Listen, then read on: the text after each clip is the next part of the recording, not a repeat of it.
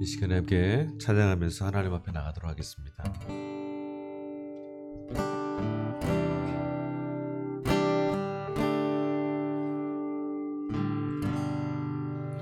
당신이 지쳐서 기도할 수 없고 눈물이 빗물처럼 흘러내릴 때 주님이 하시네 당신의 약함을 사랑으로 돌봐주시네.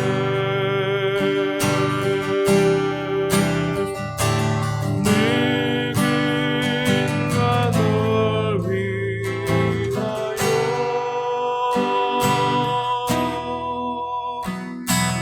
네가 기도하네.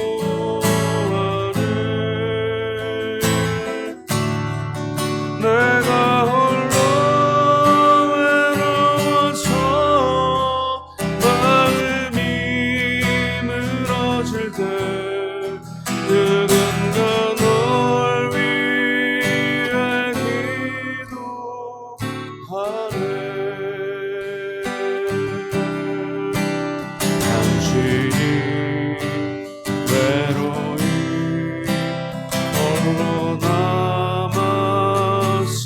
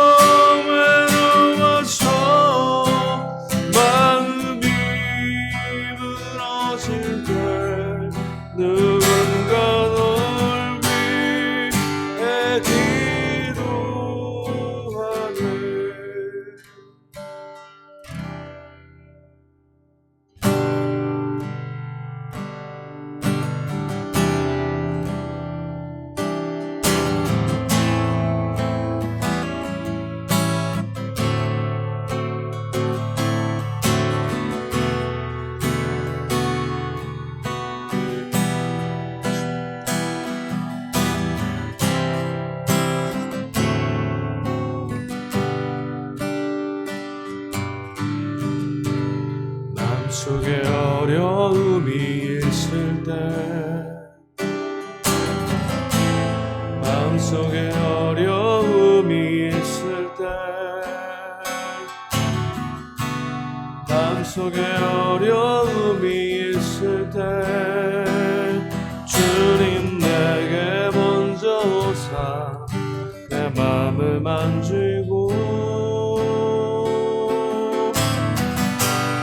주님 앞에 나올 수 없을 때, 주님 앞에 나올 수 없을 때, 주님 앞에 나올 수 없을 때, 주님 날 먼저 안으시네. 그럼에도 불구하고 날 사랑하시는 내 하나님의 사랑, 나의 모든 걸 덮고, 그럼에도 불구하고 날 안아주시는 내 하나님을 부를 때 아버지라 부르죠.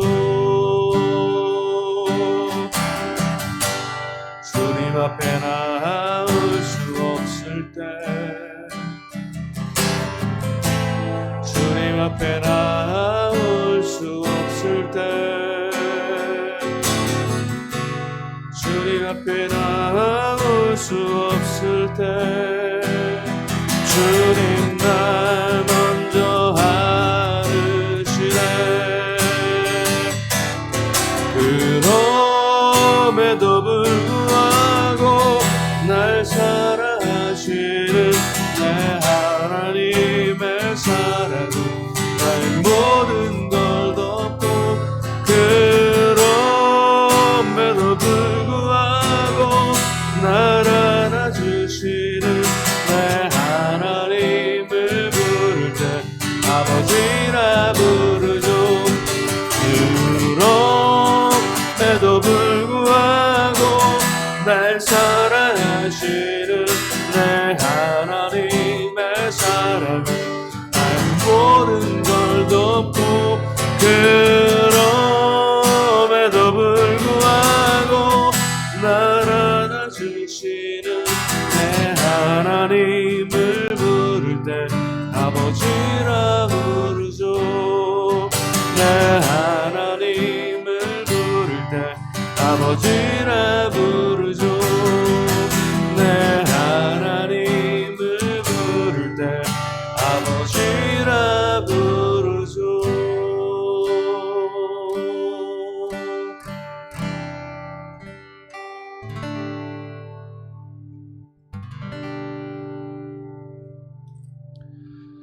하나님 감사합니다. 오늘도 우리에게 귀한 날 주셔서 하나님의 자녀로 살게 하시니 감사합니다. 하나님, 우리는 연약하고 부족하여서 우리에게 주어진 환경과 상황을 믿음으로 이겨낼 능력이 없습니다. 주님, 우리에게 찾아오는 수많은 날들, 수많은 사건과 수많은 일들 속에서 하나님 우리의 걸음을 지켜주시옵소서. 우리의 심령을 붙잡아 주시고 넉넉한 믿음으로 걸어갈 수 있도록 주님 붙잡고 계시는 그 손을 놓지 마시고 더욱 굳세게, 더욱 강하게 주님 붙잡아 주시옵소서. 흔들리는 삶 속에서도 주님 붙들고 넉넉하게 걸어갈 수 있도록 주님 연약한 우리의 걸음을 주님 놓지 마시고 붙잡아 주옵소서. 주님께만 소망을 두고 주님께만 마음에 간절함을 두고 바라보고 부르짖는 음성 주님 외면치 마시고 들으셔서 오늘도 우리의 구원이 되시며 우리의 능력이 되시고 우리의 아버지 되시는 주님을 우리 삶 속에서 믿음으로 고백하는, 믿음으로 감격하는 놀라운 역사 있게 하여 주옵소서. 고통 가운데 내몰린 이웃들이 있습니다. 주님, 그들을 찾아가 주셔서 위로하여 주시고 온 땅의 소망이 주님 안에 있음을 굳건한 믿음으로 믿을 때 하나님의 영광을 바라볼 수 있는 놀라운 삶이 그들 안에 열려지도록 은혜 베풀어 주시옵소서. 우리의 구원 되시며 소망 되시는 거룩하신 예수 그리스도의 이름으로 기도하였습니다. 아멘.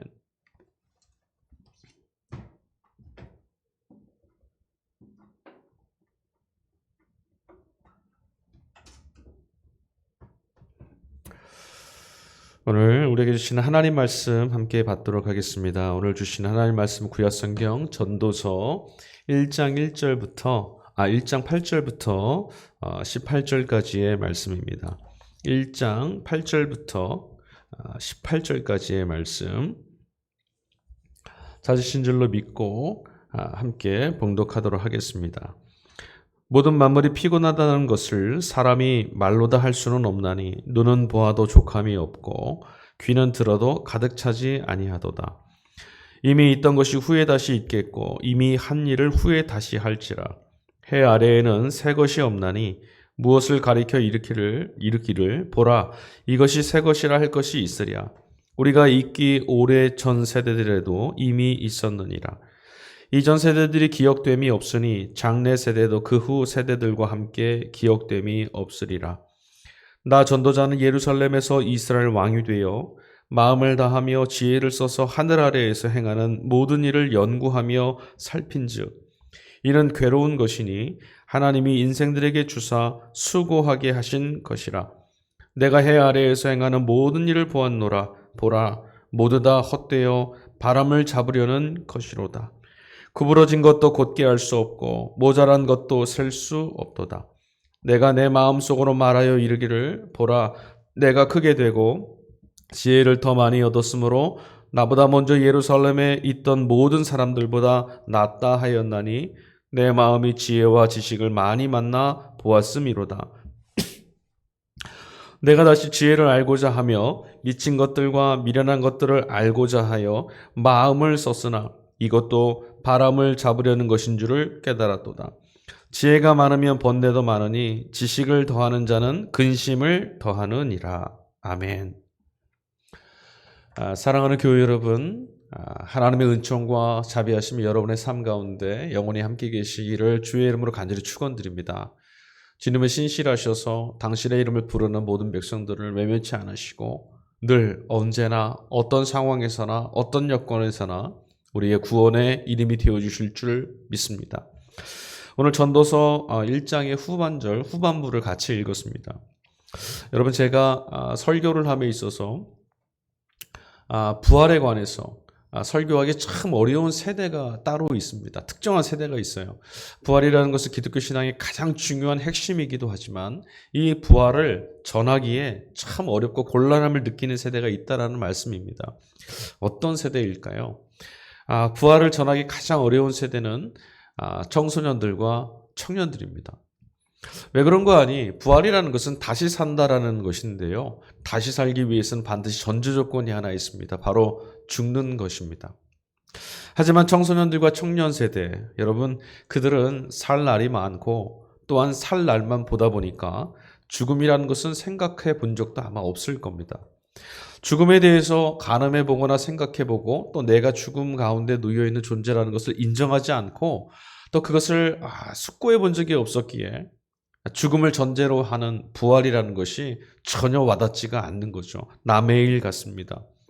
에너지가 넘쳐나고 꿈이 있고 소망이 넘치고 하고 싶은 일이 많은 젊은 세대들에게 어떻게 하면 부활을 가르칠 수 있을까? 어떻게 하면 반복되는 이 삶 속에서 새롭게 산다라는 것이 도대체 무엇인지를 가르쳐 줄 수 있을까? 고민이 됩니다. 그래서 오늘 더욱더 전도서 말씀을 나누고 싶습니다. 여러분 전도서 말씀 안에는 헛되다라는 말이 굉장히 많이 나오고 있죠. 전 헛되다라는 것은 이 코엘렛 전도자가 우리에게 전해주고 있는 헛되다라고 했던 이 말은요, 무의미한 것이 아니다라고 지난 시간에 함께 말씀을 나눴습니다. 새로워진다라는 것은 곧장 어느 순간 새로워지는 것도 아니고 새로워진다는 건 반드시 옛 것과 낡은 것, 익숙한 것들과 결별해야 되는 아픔의 시간을 지나야 하거든요. 그러므로 전도자가 말하는 헛되다라는 것은 지난 것들이 모두 다 무의미하다는 것을 말하는 것이 아니라 그것들을 결별하고 새로운 것들, 우리 안에 새로운 생명, 새로운 만남, 이것들을 우리가 취해야 되지 않겠느냐, 이 가치를 소개해주고 있는 것이라고 말씀 나누었습니다.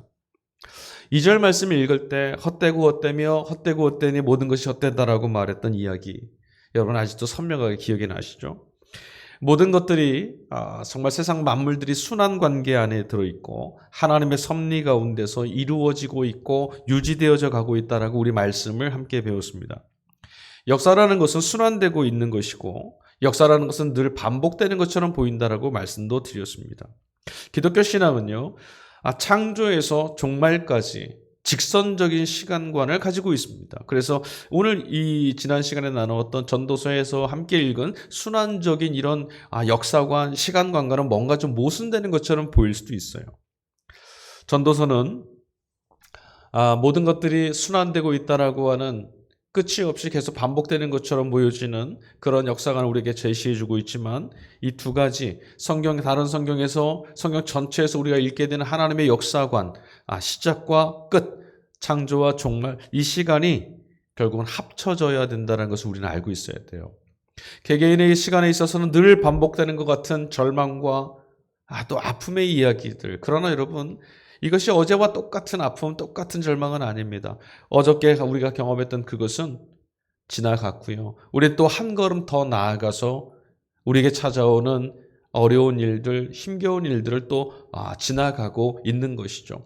하나씩 하나씩 하루하루 우리는 또다시 내일을 향해서 걷고 있고 하나님께서 순환하는 것 같은 이 벗어날 수 없는 우리의 삶을 하나님의 종말의 완성의 날까지 이끌어가고 계시다는 것을 우리는 알 수 있어야 합니다. 결국은 여러분, 우리 이 인생이라는 것이 결국 목적을 향해서 하나님이 우리에게 부르시는 그 목적지를 향해서 가고 있다는 것을 잊지 말라는 말씀입니다.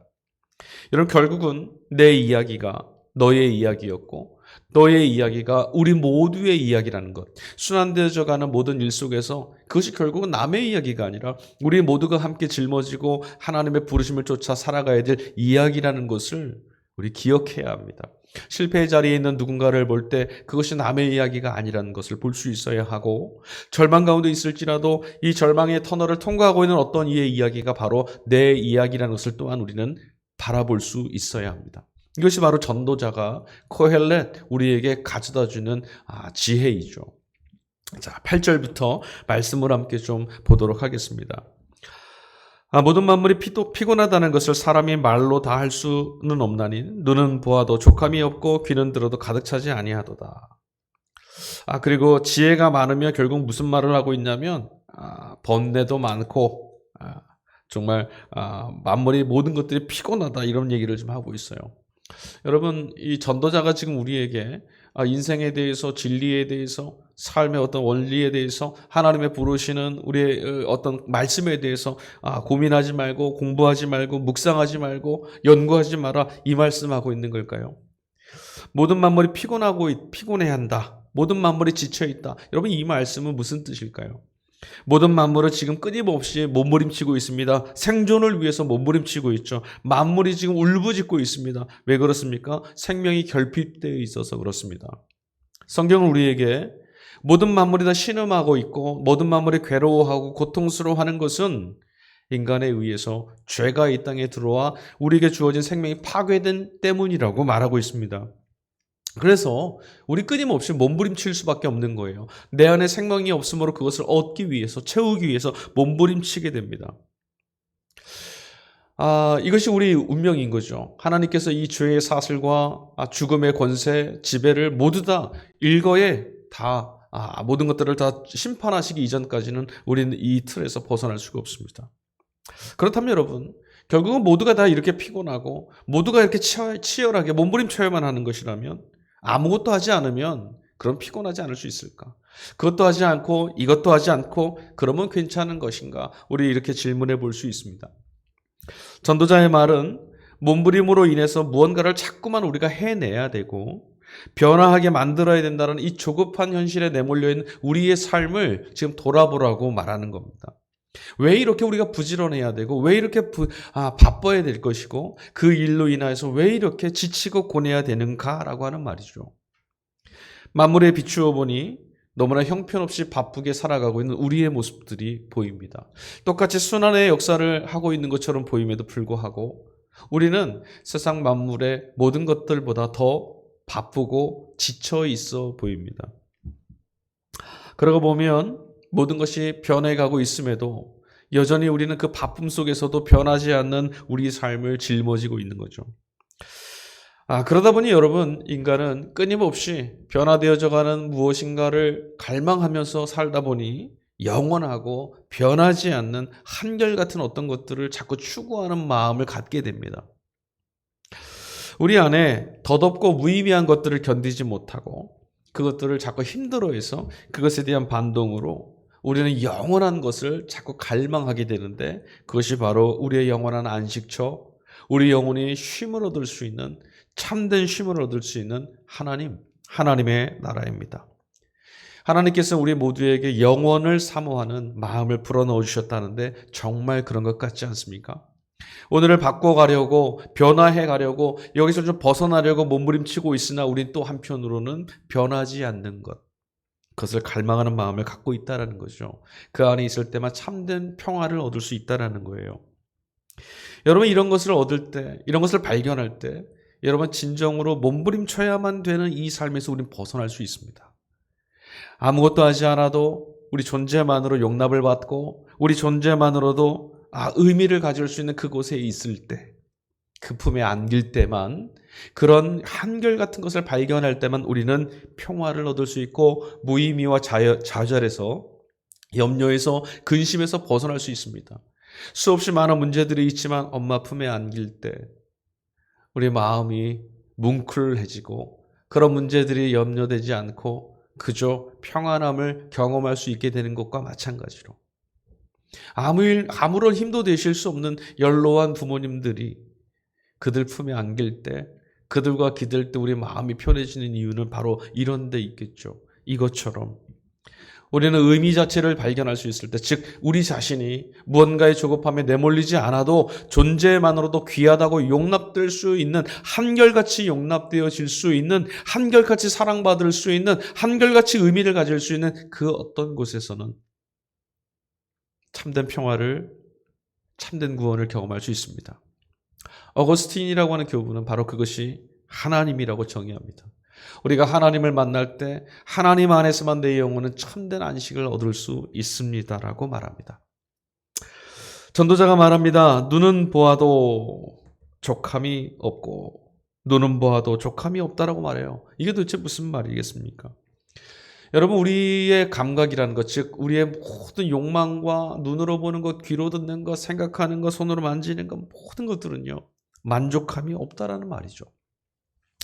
우리 자신의 미숙함과 한계성, 정말 미숙하기 짝이 없기에 우린 진리에 닿지 못합니다. 사실을 알기 원하고 일이 되어져 가는 것들, 우리의 내일에 대해서 분명히 알기를 원하는 우리들의 바람과 달리 보고 듣기를 원하고 있음에도 불구하고 우리는 늘 만족을 얻지 못합니다. 우리가 뭔가를 원한다고 하는 상태, 다시 뒤집어 보면 보고 싶어하고 만족을 얻고 싶어하고 하는 이 모든 것들은 사실은 우리 안에 지금 결핍되어 있고, 사실은 우리는 보지 못하고 있고, 사실은 우리는 만족하지 못하고 있다는 반증이겠죠. 인간의 바람과 기대는 결국 스스로 채울 수가 없다라는 겁니다. 전도자는 말합니다. 눈으로 보아도 족함이 없더라. 아무리 보려 하고 아무리 알려 해도 결국 내 안에는 늘 부족함 투성이더라. 여러분, 우리가 뭔가 탐욕에 내몰려 있다라는 것은 내 안에 비어 있다라는 것을 증명한다는 것을 기억해야 됩니다. 내 안에 지금 비어 있구나. 나는 비어 있는 존재구나. 9절 보겠습니다. 이미 있던 것이 후에 다시 있겠고 이미 한 일을 후에 다시 할지라 해 아래에는 새 것이 없나니.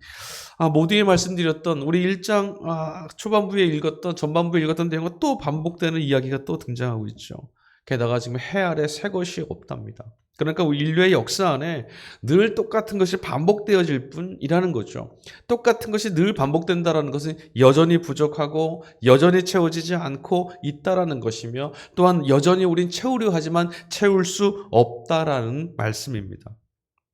그러니 여러분, 어떻게 해야겠습니까? 전도자의 이 말은 채울 수 없으니 늘 헛되니 아무것도 하지 말고 포기하며 살아라, 이런 말을 하는 게 아닙니다. 뒤집어 말하면 전도자가 말합니다. 늘 새 것을 채워서 여기서 극복하고 벗어나려고 하지만 결국 우리의 최선은 오늘 주어진 일, 내게 주어진 일, 우리에게 주어진 것들을 받아들이고 만족할 수 있는 용기와 감사하는 마음이 필요하다는 거죠. 가치를 발견해야 된다는 거예요. 여러분, 만족할 수 없는 이들은요, 끊임없이 새 것을 찾을 수밖에 없습니다. 늘 새 것을 찾으려고 한다는 말은 지금 내게 있는 것에서 충만한 만족, 충만한 기쁨을 얻지 못하고 있다는 것이죠. 하지만 여러분, 새 것을 아무리 채워도요, 결국은 잠시 후면 다시 헛것이 되죠. 새 것을 통해 얻었던 우리의 기쁨도 결국은 얻고 나면 아무것도 아니라고 하는 허무에 빠지게 됩니다. 새 것을 찾으면 찾을수록 새 것으로만 만족할 수 있는 그런 일들에 길들여져 있으면 결국은 우리는 끊임없는 공허에 떨어질 수밖에 없습니다. 이 상황이 극복돼야만 내가 행복할 수 있다라고 하는 것도 마찬가지죠. 오늘 이 상황 안에 놓여있는 내 자신을 용납할 수 있는 힘을, 내 자신이 이런 상황 안에 있음에도 불구하고 버려지지 않고 존귀하다라고 하는 것, 이 기쁨을, 가치를 발견할 수 있는 것, 오늘 이런 형편에 있지만 하나님의 은총과 하나님의 보호하심과 구원 안에 내가 있다는 것을 믿을 수 있고 경험할 수 없다면 우리 인생은 늘 헛헛하고 불안하고 염려스럽고 불행할 수밖에 없다라는 겁니다. 이미 여러분, 우리가 가지려고 애썼던 것들이 대부분은요, 얻기 전에만 가치 있고요, 얻고 난 이후에는 아무런 가치가 없습니다. 그래서 우린 질문해야 되는 거죠. 다시 내 손에 짊어지어도, 내 손에 쥐어쥐어도 아쉬울 것이 없고 여전히 날마다 내 영혼을 풍성히 채울 수 있는 것이 무엇이냐? 전도자는 우리에게 그것을 질문하는 겁니다. 자, 10절과 11절입니다. 무엇을 가르쳐 이르기를 보라 이것이 새 것이라 할 것이 있으랴. 우리가 있기 오래전 세대들도 이미 있었느니라. 이전 세대들이 기억됨이 없으니 장래 세대도 그 후 세대들과 함께 기억됨이 없으리라.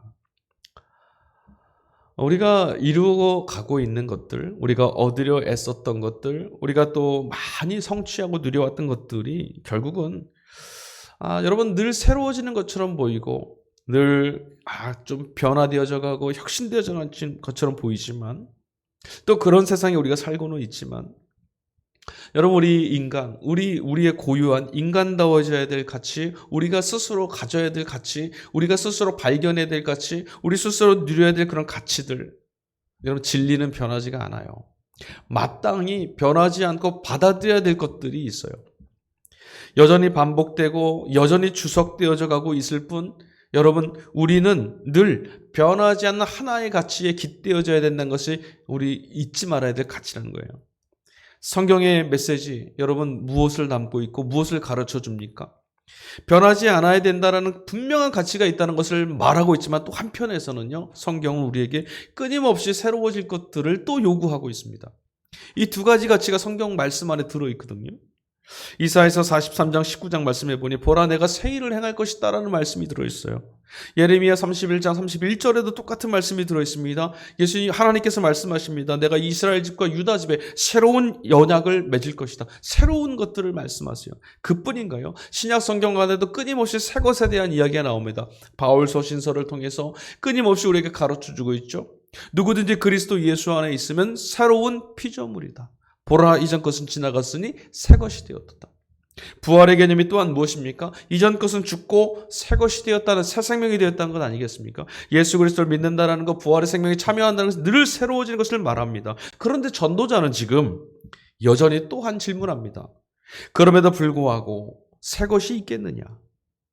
그것이 정말 새 것이겠느냐라고 질문합니다. 11절 말씀해 보니까 기억됨이 없기 때문에 기억되는 것이 없기 때문에 새 것은 존재하지 않는다라고 말해요.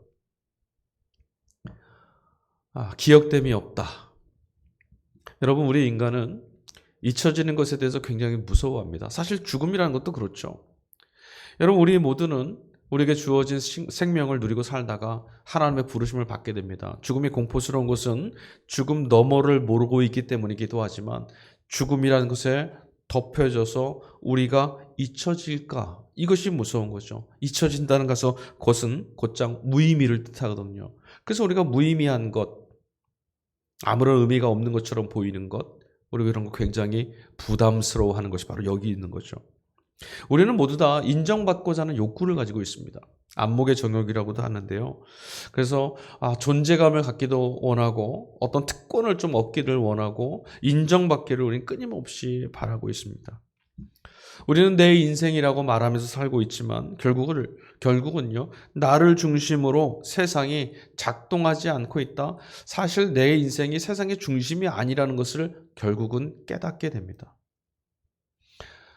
죽음이 우리를 덮기 전까지, 절망이 우리를 덮기 전까지 내가 세상의 중심이 아니라는 것을 깨닫게 될 때까지는 우리는 늘 내가 중심이 된 인생과 내가 중심이 된 세상을 살려고 애를 쓰죠. 모든 것들을 나 중심으로 해석하게 됩니다. 하지만 결국은 무엇이라고요? 세상은 나 중심으로 돌아가고 있지 않습니다. 나 한 사람에게 절망이 찾아와도 세상은 여전합니다.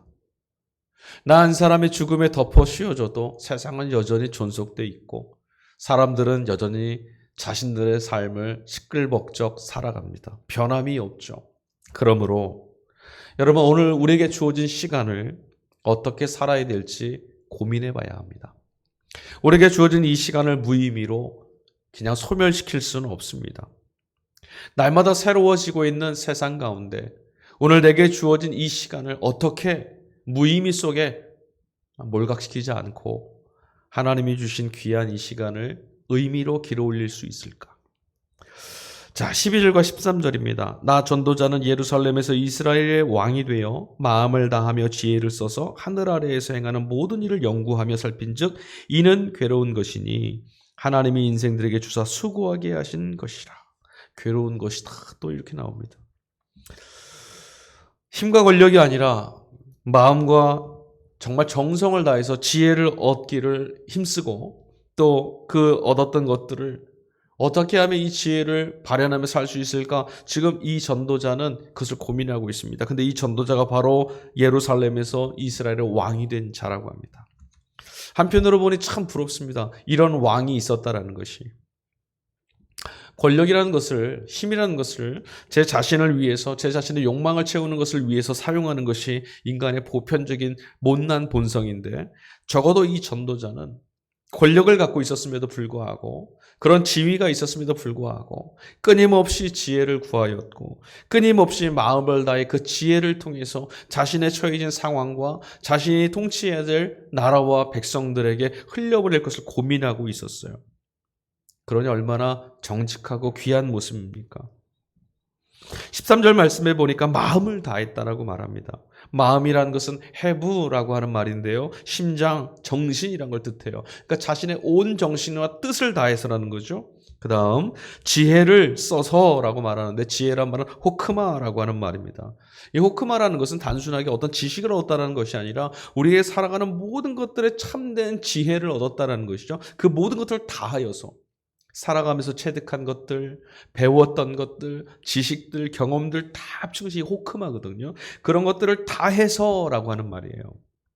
그래서 하늘 아래에서 행하는 모든 일을 연구했다고 합니다. 여러분, 이렇게 마음을 다하고 뜻을 다하고 자신에게 주어진 모든 것들을 다 동원해서 면밀하고 성실하고 진중하게 삶을 살필 수 있는 사람이라면 여러분, 삶을, 자신에게 주어진 인생을 함부로 살 수 있겠습니까? 그러지 않겠죠. 성실하게 살 수밖에 없어요. 신실하게 살 겁니다. 무의미하게 허투루 살지 않을 겁니다. 그래서 오늘 우리들에게는 이런 진중함이 좀 필요합니다. 세상에 너무나 요즘에 들어서요.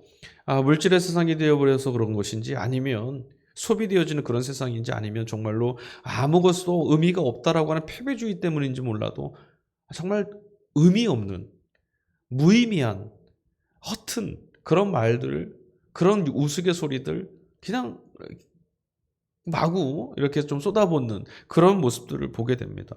자꾸 그러다 보면 인생 자체가 무의미하게 될 수밖에 없습니다. 이 왕이 그런 자세로 지금 왕 다음을 지켜가고 있다는 모습 참 부러워요. 우리도 우리의 세상에 그런 지도자들이 많이 있기를 위해서 기도해야겠어요. 그런데 지금 이 코엘렛 전도자가 결국은 뭐라고 또 말하냐면 그렇게 했음에도 불구하고 이런 것들은 모두 다 괴로운 것이었고 하나님이 인생에 주신 것일 뿐이더라 라고 말합니다. 왜 괴롭다고 했을까요? 이 괴롭다라는 말은 그가 연구하고 지혜를 얻고자 몸부림친 것 자체가 괴롭다는 게 아니에요. 알려고 애를 썼고 지혜를 얻고자 정말 마음을 다했지만 결국은 세상 만사에 일어나는 일들을 그 원인들 어떻게 되어가고 있는지를 내가 다 알 수가 없더라라는 거죠. 이 한 가지를 깨달은 거예요. 이 전도자의 위대한 지혜는 어디로 귀결되냐면 모든 것을 내가 다 알 수 없더라 하는 것 하나를 깨달았다예요. 여러분, 우리 신앙도 마찬가지입니다. 모든 것을 깨달아 알 수 없다라는 것이 결국 좌절과 절망으로 끝나지 않습니다. 그러므로 우리가 하나님을 부르게 돼요. 모든 것을 내 뜻대로 할 수 없고 모든 것은 내 스스로 구원할 수 없음을 깨달은 자는 결국 구원자이신 하나님을 찾을 수밖에 없는데 그것이야말로 참된 복 아니겠습니까? 다른 것들을 행할 수 있고 다른 것으로 구원을 얻을 수 있다라고 소비되고 허무하게 먹무림치는 그런 인생이 아니라 내 인생에 참된 구원 되시는 분을 찾을 수 있게 되었으니 나의 무능, 나의 절망이 복이 아니고 무엇이겠느냐. 이건 성경 전체가 우리에게 가르쳐주는 말씀이에요. 하나님을 알 수 없다라고 하는, 우리는 아무리 애를 써도 결국은 하나님을 온전히 알 수 없다라는 것을 깨달을 때 그때 하나님을 경외할 수 있게 됩니다. 그때만 하나님은 우리에게 위대하신 전능하신 자일 수밖에 없어요. 우리의 이해 한도 밖에 계신 하나님, 그러므로 그는 전능자이시잖아요. 자신의 한계와 유한성을 자각하지 못하면 여러분 하나님을 믿을 수가 없습니다. 이건 기억하십시오. 내 스스로 할 수 있는 일이 많다고 생각할 때, 나의 능력이 있다고 생각할 때, 내가 하나님을 이만큼 알고 있다고 생각할 때 여러분 그 하나님은 참되신 생명의 구주 되신 하나님이 아닙니다. 내 무능의 자리에서 일하고 계시는 전능하신 하나님을 보아야 하는데 여전히 애쓰고 수고하는 나만 보이게 되면 당연히 하나님이 보이질 않죠. 내 한계 너머에 계셔서 내 한계를 직면했을 때만, 하나님을 알 수 없다고 하는 그 벼랑 끝 같은 절망에 설 때만, 우리 인식의 한계를 들여다볼 때만 하나님을 그곳에 계시구나 우리 인정하게 되고 발견하게 됩니다. 14절, 내가 해 아래에서 행하는 모든 일을 보았노라. 보라, 모두 다 헛되어 바람을 잡으려는 것이로다. 행할 수 없는 것, 그러나 존재하게 하는 것이 있다는 것을 전도자는 깨달았습니다. 모든 것이 다 내 능력 안에 있는 것이 아니라는 것이죠. 자기 무능을 자각하게 됐습니다. 그러나 그것은 허무가 아닙니다. 내 인생이 무능하고 내 능력이 무능함으로 인생은 다 덧없다가 아니라, 그러므로 그때 비로소 전도자는 창조주를 깨닫게 됩니다. 능력의 구주를 바라볼 수 있게 됐습니다. 여러분, 이런 인생을 살게 되면, 그리고 하나님을 발견하게 되면요, 깨지고 상해 있는 것 같은 인생, 도대체 나는 왜 이렇게 살아야 되느냐, 왜 나만 이런 인생을 사느냐, 더 이상 묻지 않게 됩니다. 왜 그렇습니까? 우리 그 원인을 안다 하더라도 내가 바꿀 수 없다라는 것을 알기 때문이죠. 그래서 이런 한계와 자각 가운데 내가 지식을 얻고자 하는 것이 결국 허무하다라는 것 알고 난 사람들은 왜? 라고 하는 질문을 하지 않고, 굽어지고 깨져 있고 상해 보여도 결국 내 삶으로 받아들이고 그곳에서 역사하시는 하나님의 손길을 기대하게 되는 겁니다. 고통과 절망 속에 있을 때 내 무능을 처절하게 통과한 사람이라면, 그래서 그곳에서 나의 모든 것이 헛되다라는 것을 고백할 수 있는 사람이라면, 그러므로 그곳에 바로 내 깨진 인생과 삶 속에 하나님이 전능자가 계셔야 된다라고, 아니 그렇게 계신 하나님을 바라볼 수 있고 인정하게 된다면 지금 내 삶도 하나님의 손길과 구원의 능력 가운데 있는 것이 분명하다라고 믿을 수 있게 되는 거죠. 그래서 여러분, 전도자가 이 권면하는 참된 시에 하나님을 알게 되면요, 우리의 무능을 경험하게 되면 왜냐고 묻지 않고 하나님께 기대어서 하나님께만이라고 고백하게 됩니다. 행복하냐고 묻는 어떤 이들에게, 또 행복하냐고 물어오는 누구에게 우린 더 이상 행복의 원인과 이유를 찾지 않고요, 주어진 모든 것들을 감사하게 되었습니다라고 고백할 수 있게 됩니다. 이것이 헛됨에서 생명과 구원으로 건져 올려지는 인생이죠. 자, 16절 17절입니다. 내가 내 마음속으로 말하여 이르기를 보라 내가 크게 되고 지혜를 더 많이 얻었으므로 나보다 먼저 예루살렘에 있던 모든 사람들보다 낫다 하였나니 내 마음이 지혜와 지식을 많이 만나 보았음이로다. 내가 다시 지혜를 알고자 하며 미친 것들과 미련한 것들을 알고자 하여 마음을 썼으나 이것도 바람을 잡으려는 것인 줄을 깨달았도다. 여기서 좀 재미난 표현들이 있습니다. 17절 말씀 보니까 미친 것들 그리고 미련한 것들 이렇게 나왔어요. 미친 것들이라는 것은 뭔가 좀 제정신이 아닌 것 이것을 말하는 것이 아니라 우리의 평상시에 우리 일상적인 것에서 작동하는 그런 정신을 초월하는 것을 말하는 거예요. 그러니까 예술적인 어떤 광기 아니면 신앙적인 어떤 이 너머를 바라볼 수 있는 영성 이런 것들을 말하는 거죠. 그리고 내재되어 있는 우리 안에 내재되어 있는 어떤 좀 깨진 마음 이런 것들 일탈되어 있는 마음 이런 것들도 여기서 말하는 전도자가 말하는 미친 것 안에 들어옵니다. 미련한 것들은 또 무엇이냐면 이성적으로 합리적으로 설명될 수 없는 것들을 말하는 거예요. foolish, 어리석다를 말하는 것이 아니라 우리 이성적으로 합리적으로 이해할 수 없는 어떤 상황들 그러나 여러분 그것들이 드러날 때는 그것이야말로 참된 것 아니겠어요? 우리 신앙도 이런 것이죠. 세상이 우리를 볼 때는 미련하고 어리석은 것입니다. 바울이 말했지 않습니까? 유대인들에게는 헬라인들에게는 로마인들에게는 미련하고 어리석은 것들이지만 구원을 받은 우리에게는 하나님의 능력이다. 십자가가. 마찬가지 그런 뜻에서 이해하셔야 돼요. 그런데 지금 전도자가 바로 이런 것들, 미친 것과 미련한 것, 즉 우리 한계와 우리가 눈으로 바라볼 수 있는 것들 넘어 있는 어떤 것들까지도 내가 이해하려고 애를 써보았다라는 말이죠. 그러나 뭐라고요? 그렇게 이해하려고 노력했지만 내 한계를 보게 되었고 알 수 없는 것은 여전히 너무나 많더라. 여러분 우리가 알 수 없는 것이 너무나 많더라. 우리가 왜 이렇게 행복할 수 있게 됐는지, 우리가 왜 이런 일을 경험해야 되는지 우리 알 수 없는 것이 많습니다. 그러니 이것은 이것이다. 이것은 불행한 것이다. 이것은 행복한 것이다. 마침표 찍지 말라는 거죠. 우리가 알 수 없는 것이 너무 많아요. 이것이 왜 생겼는지도 모르지만 이것이 어떤 의미를 가지는지도 우리는 잘 모릅니다.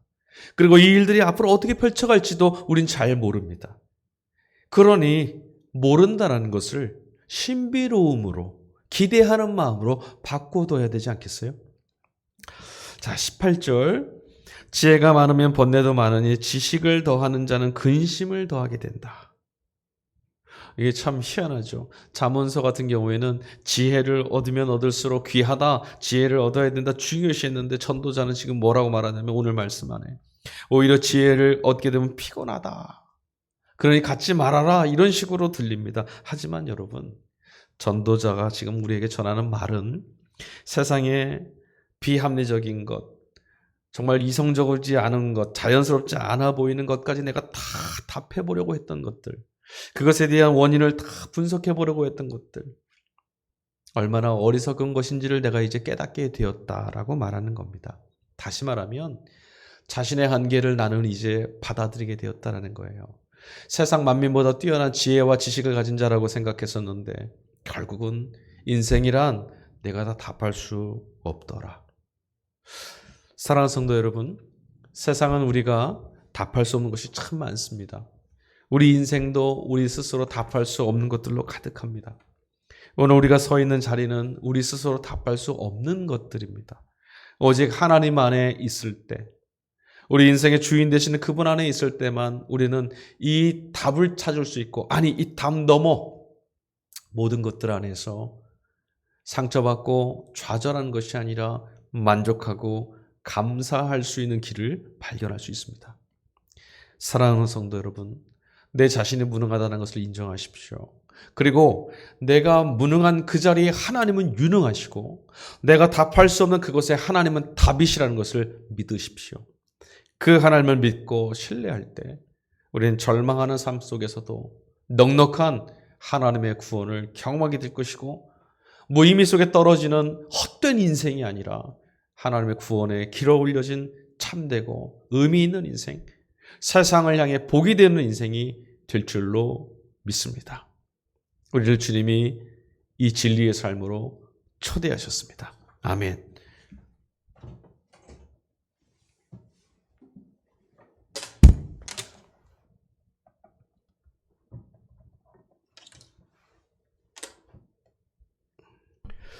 우리 이 시간에 함께 찬양 같이 부르도록 하겠습니다. 찬송가 484장입니다.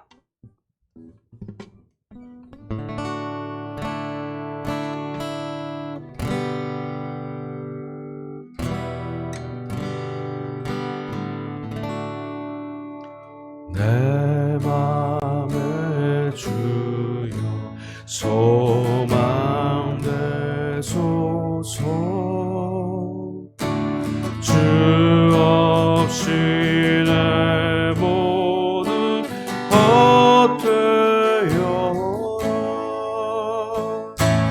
밤에나 낮에나 주님 생각, 잘 때나 깰 때 함께 하소서. 지혜의 주여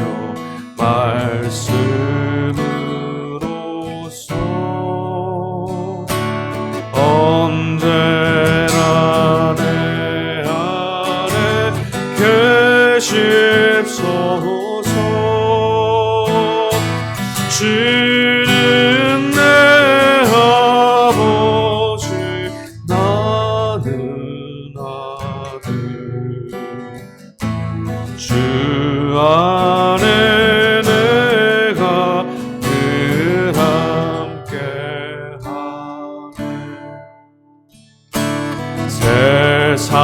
세상의 영광 나 안 보여도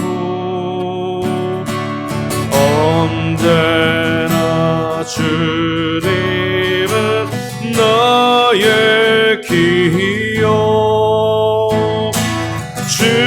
주님만 내 맘에 계시오니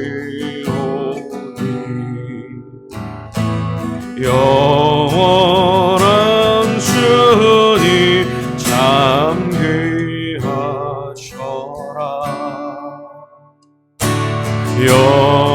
영원한 주님 내 승리의 주. 하늘의 기쁨을 주옵소서.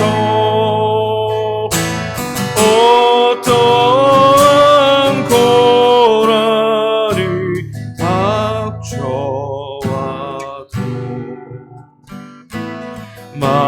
만유의 주여 소망 되소서. 어떠한 고난이 닥쳐와도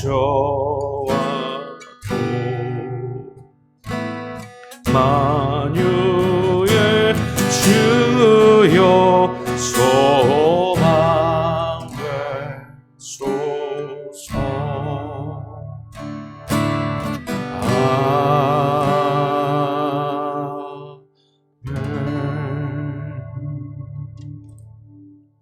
하나님,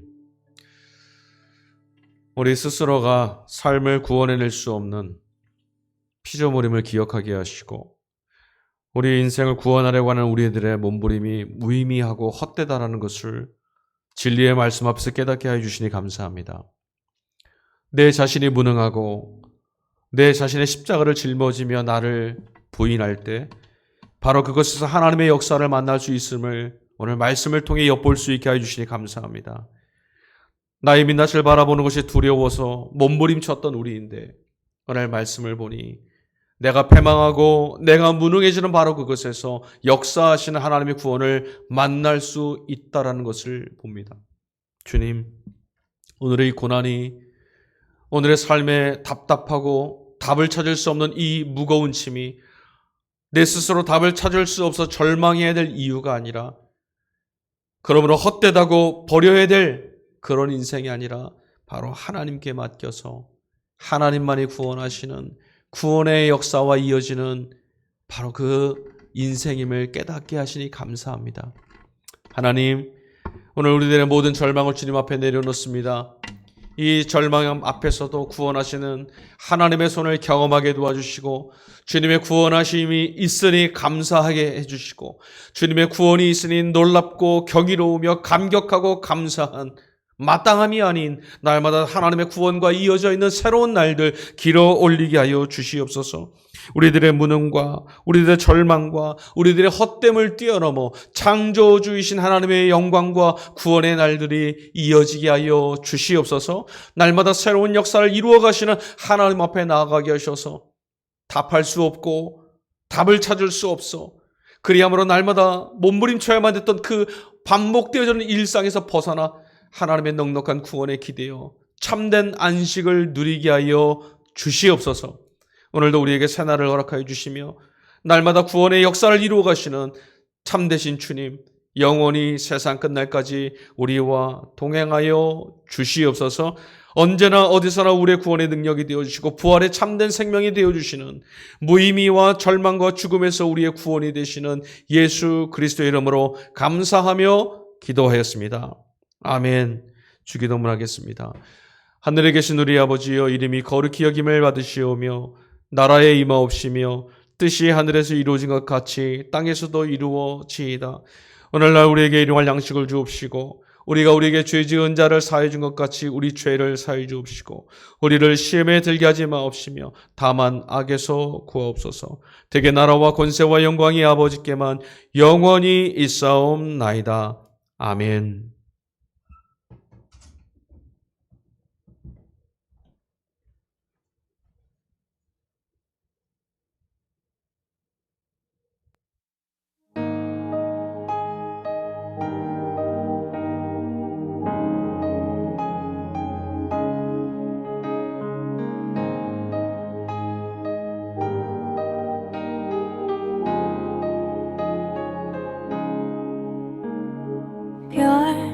별들의 별, 은하수의 은하수, 더 먼 우주에서도 물들의 물, 바다의 바다, 더 깊은 심연에서도 노래하는 이름을, 노래하는 이유를. How great is our God, hallelujah. How great is our God, hallelujah. 주의 손길이 닿은 그곳 곳마다 그네를 참을 수 없는 기쁨으로 노래하네.